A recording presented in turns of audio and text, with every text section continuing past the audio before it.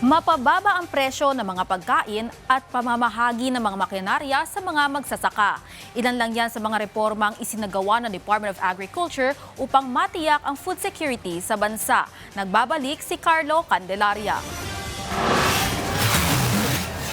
Inilalatag ng Agriculture Department ang mga naging reforma sa sektor ng agrikultura bago ang ikalimang State of the Nation Address o SONA ni Pangulong Ferdinand R. Marcos Jr.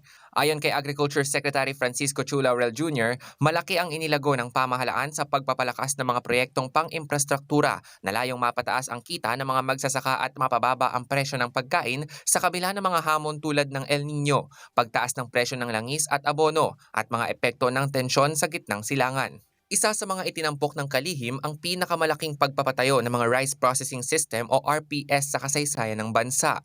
Hanggang nitong Hunyo, umaabot na sa 145 o 145 na rice processing system ang naipamahagi sa ilalim ng Rice Competitiveness Enhancement Fund o RCEF Mechanization Program. Malaki rin ang pamumuhunan ng pamahalaan sa mga makinaryang pang-agrikultura na pinondohan ng mahigit sa 21 bilyong piso.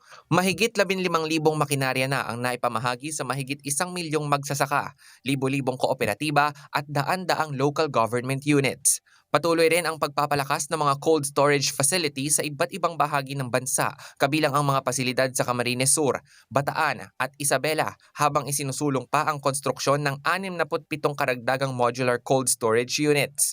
Ayon sa DA, tumaas din ang pondo para sa agrikultura mula 117 bilyong piso noong 2022 tungo sa halos 200 bilyong piso sa kasalukuyan. Samantala, binigyan din ni Chu Laurel ang mga hakbang ng pamahalaan para mapanatiling abot kaya ang mga pagkain, kabilang dito ang calibrated na pag-aangkat ng bigas, pagpapalawak ng mga kadiwa store, pagpapatupad ng maximum suggested retail price, pagpapalakas ng buffer stocks ng NFA at ang 20 pesos kada kilong bigas program. Mula nang ilunsad ito noong Mayo 2025, tinatayang 12 milyong Pilipino na ang nakinabang sa murang bigas, habang mahigit 121,000 metric tons ng bigas na ang naibenta sa ilalim ng Benteng Bigas Meron Na o BBM na program.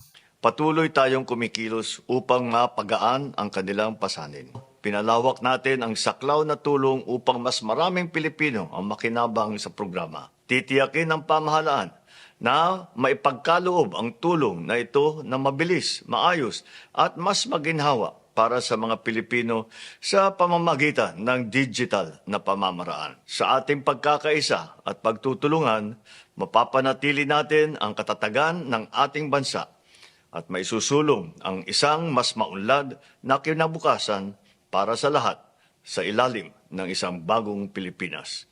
Iniulat din ng DA na mas naging matatag na ang presyo ng sibuyas, asukal, gulay at mga produktong karne matapos paigtingin ang mga hakbang laban sa African Swine Fever o ASF at magbigay ng mas malawak na suporta sa mga hog raiser.